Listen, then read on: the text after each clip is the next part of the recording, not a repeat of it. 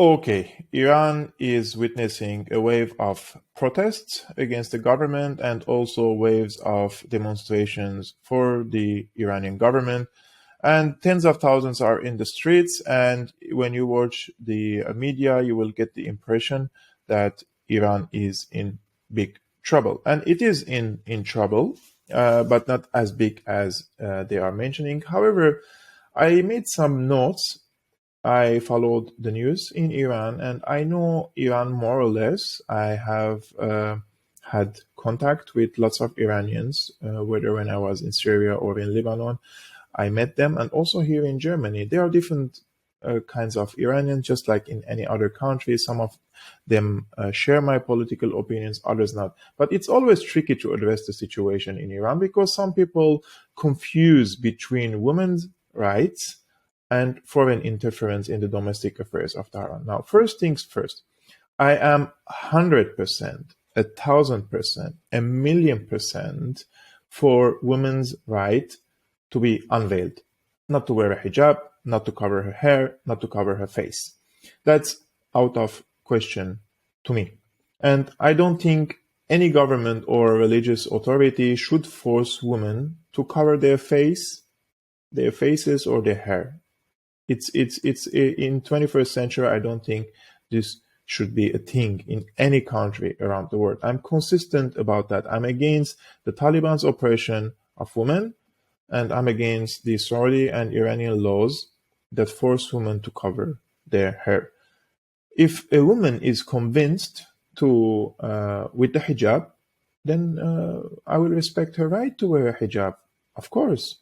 But if a woman isn't convinced, why on earth any government or any authority should force her to wear it and to cover herself? Am I asking too much? Am I being too critical to Iran? I don't think so. I think these are basic things that we have to agree on. And the reason for that is very simple. First, governments should not intervene in the affairs of individuals and their relationship with God. In fact, I want to raise here two questions. Is hijab really mandatory in Islam? Because there are some scholars say yes and some scholars say no, and each scholars bring their evidence from the religious text, and they say that yes or no. So there is even a confusion or contradiction, or even I would say some scholars are trying to bring explanations to this text. So the scholars aren't themselves agree on if there is a text that forces women to wear a hijab or not. And this is in Islam, and you can ask any Islamic scholar if you know, and the answers will vary. And I have had that few times when I ask different Islamic scholars in Syria. The second question is here, does a religious instruction, so let's suppose Islam told women to cover themselves. So the question here is, does a religious instruction that came centuries ago, over 1,000 years, right? And it came on a certain deserty place. Does this instruction still fits in the 21st century? So this is a legitimate question. Now, let's stay in the hijab itself. The second thing here is the argument that women should cover their hair because men could be triggered or be seduced is unbelievably inhumane, and it objectifies both men and women. And it also insults men because it gives the impression that men are monsters and who may abuse and sexually harass or rape a woman for simply seeing her hair. And to be honest, I can see hijabi women nowadays. Yes, they're wearing a veil, covering their hair, but they're wearing very attractive. Like they're wearing, I don't know, like the other parts of the body sometimes aren't covered. So is that okay? So just cover your hair and the rest is fine? I don't really understand this logic. And here I want to say that a lot of hijabi women nowadays, like that I know at least, because I worked in places where most women were veiled, and I have hijabi friends. And my impression was that one, most hijabi women aren't convinced with covering their hair, but they still do so out of fear of shaming by their family and their society. And this is a fact. If you have a close hijabi friend who is honest with you, she will tell you most probably this is also the case with her. Now, in 2014, I had a Palestinian boss, who's also a Muslim himself. He told me that 70%, in his opinion, of veiled women would remove the scarf were it not for the family and social pressure. And I agree with that assessment. I think most women would choose not to cover their hair if there is no social or family pressure from the other side. And two, my second impression is that those who are convinced with the hijab, there are also two categories of them. One, women who are indoctrinated by their family and surrounding that she has to protect herself from men and segregate herself from the opposite sex. And if she doesn't do that, then she is a whore, she will go to hell, and in best case scenario, no man will marry her.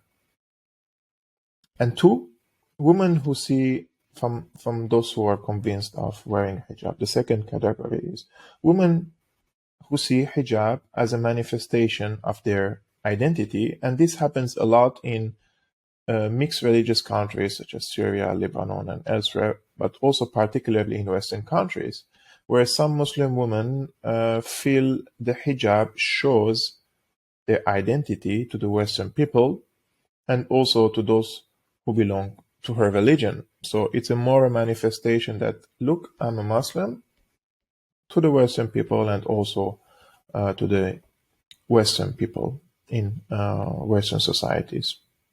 So those are my thoughts on the hijab. You agree with me, you don't agree with me, just share your opinion respectfully in the comments below. I would like to read your opinion. This is just my humble opinion in this regard. Now, what about Iran? I will share some of the videos of the protests happening in Iran, and I don't want to play the voice just for us to get to know. Of course, those are all anti-Iranian outlets or activists sharing their videos of women removing their scarf or hijab. So what about Iran? In my opinion, every news coming from Iran nowadays indicate that all this media hype on women's rights in Iran is politicized and is a window to jump in the Iranian domestic affairs. Not because women are oppressed in Iran, but rather because they don't like Tehran's foreign policy and its growing ties with China and Russia, especially after Iran signed a memorandum to join the Shanghai Cooperation Organization and also selling nowadays military drones to Russia. So this is one of the videos. I would like to share some more videos with you because I want to share everything is happening in Iran to you. And so also this one, I think, yeah. For example, we don't see similar hype, like media hype for women's rights in Saudi Arabia, because Saudi Arabia, of course, is a partner with the West, right? So this is not about women's rights. Of course, this is more political, and it's about the foreign policy of Iran. Additionally, where were all these enthusiasts from Azeri crimes against humanity committed against Armenian women, if they really care about women? It just happened a few days ago when Azeri forces raped an Armenian soldier, beheaded her, stabbed her, They gouged her eyes out and replaced them with stones. They cut out her fingers and shoved them in her mouth. So, I mean, these are legitimate questions I would like to ask. Where were these enthusiasts from the women's rights? Like, I really didn't see these people talking about this issue, although I raised this issue on Twitter. And I don't mean all the people, of course. There were so many, I would say, um, alternative media people, journalists, activists shared it. I think it reached to 2 million people, that tweet that I made about this woman. But all these mainstream media outlets and those journalists who pretend that they care about women's rights, they haven't said a word about that. So it really drives me crazy to see that this double standard and the selective empathy regarding fundamental things and rights that we all should agree upon. So this is also from Iran. There are also so many, I would say, pro-government demonstrations happening, and just from what I see, the numbers are bigger than the numbers of the anti-government protests. And of course, Iranian society is divided. Some of them are with, some of them are against. But the fundamental thing that I want to deliver is that no one should has the right to force women to wear a hijab, or what to wear, or and what not to wear, right? So if we come back to this, the news of the Azeri soldiers who raped this Armenian woman and slaughtered her, have you seen this news on your TV? Of course not, because they need the Azeri gas, and and now they're selling weapons to the Aliyev regime. So it's very simple. So they don't care. This selective empathy shows championing women's rights has become a political tool to pressure certain countries and force them to compromise. In other words, if Iran gives the United States what it wants, you will never see any coverage on women's rights in Tehran or any other Iranian city ever again, and I can assure you about that. So, okay. And to be honest, I'm not going to give any justifications to the Iranian government, because I believe they should modernize their laws, and I believe they should allow women to be unveiled. This is regardless of if Iran is an ally or not. It's just a basic thing that I believe in. But now imagine this scenario. What if powerful nations such as Russia, China, and even Iran intervene in the domestic affairs of the United States and ask Washington that it has to amend its laws on drugs, or fight the drug scene more efficiently, because every day people die in the United States from the drug abuse, or they become homeless. There are so many videos you can see from the United States. Tens of people are in the streets, drugged, they can't walk, they are homeless, and nobody cares about them. And every day people die in the United States from drug abuses. And imagine these countries intervene in the domestic affairs of the United States and tell them that you have to fight the drug scene more efficiently. And if you don't comply with our demand, we will impose sanctions on you and even call for the overthrow of the American administration. It sounds ridiculous, right? It's like, why the United States has the right to intervene in other countries' affairs?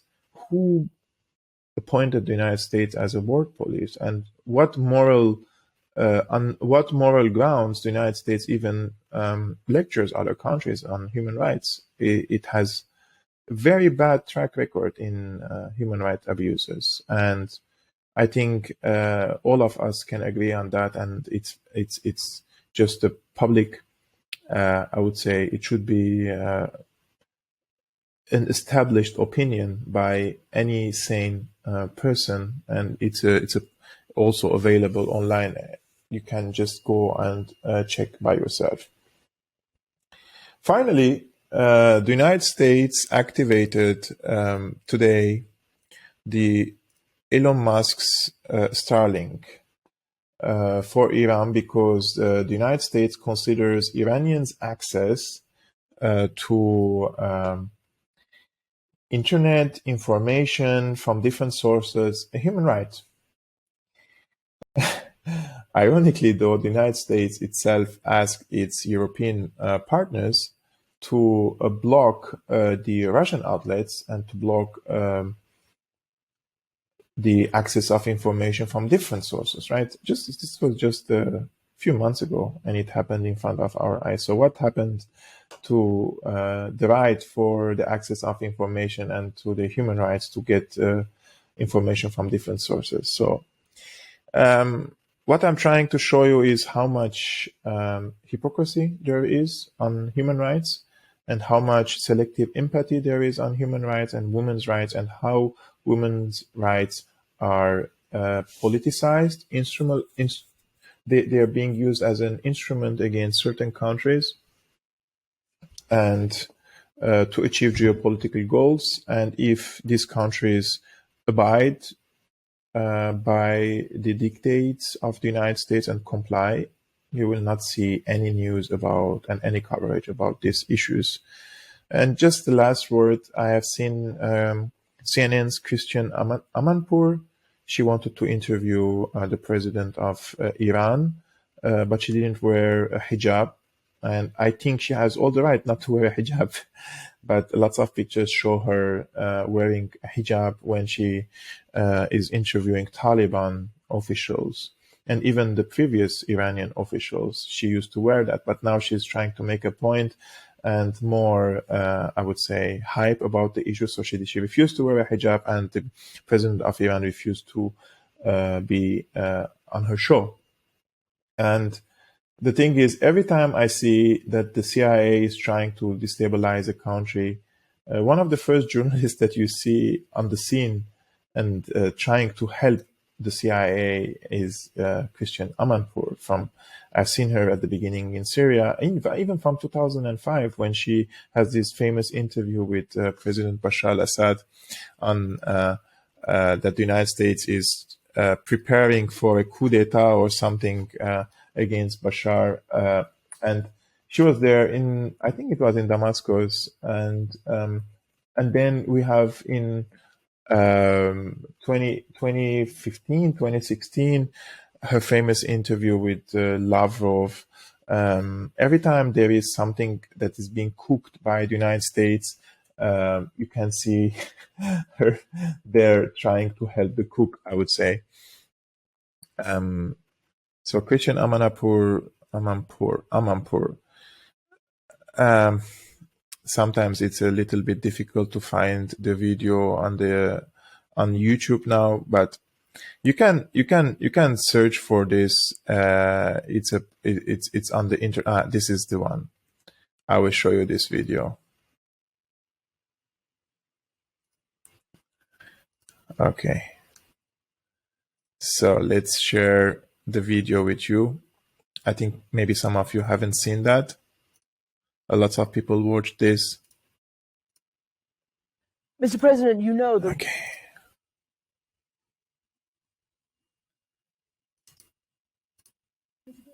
Mr. President, you know the rhetoric of regime change is headed towards you from the United States. So the voice is very low. I don't know why is that, but I will turn on the. Mr. President, you know the rhetoric So of she regime says, change Mr. President, you know the rhetoric of regime change is headed towards you from the United States. They are actively looking for a new Syrian leader. They are granting visas and visits to Syrian opposition politicians. They're talking about isolating you diplomatically and perhaps a coup d'etat or regime crumbling. What are you thinking about that? He says, I feel very confident for one reason, because I was made in Syria, not in the United States. So you can go and watch this interview. It's I think it's a funny one from her. And I think she thinks that she is really smart. And this is what really bothers me from these Western imperialists who think they are more intellectual and smarter than us, the uncivilized people. So like trying to plant some traps in their questions. And if there is anyone that these Western imperialists hate, are the smart people from the third world countries. If you're smart and you know their games, they will hate you with passion. And anyways, I've been your host, Kirak Almasian of Syriana Analysis. I covered the Iranian case for you. I gave my personal analysis and also my opinion on the hijab itself. So if you like my commentary, please hit the like button and subscribe. It's a great help, guys. Thank you so much. And also, I would like to thank especially those who are supporting Syriana Analysis financially, whether through Patreon, whether through PayPal, and whether by signing to the membership of Syriana Analysis. All the links are in the description below, guys. If you like to support my work, I would be very grateful to you, and see you soon.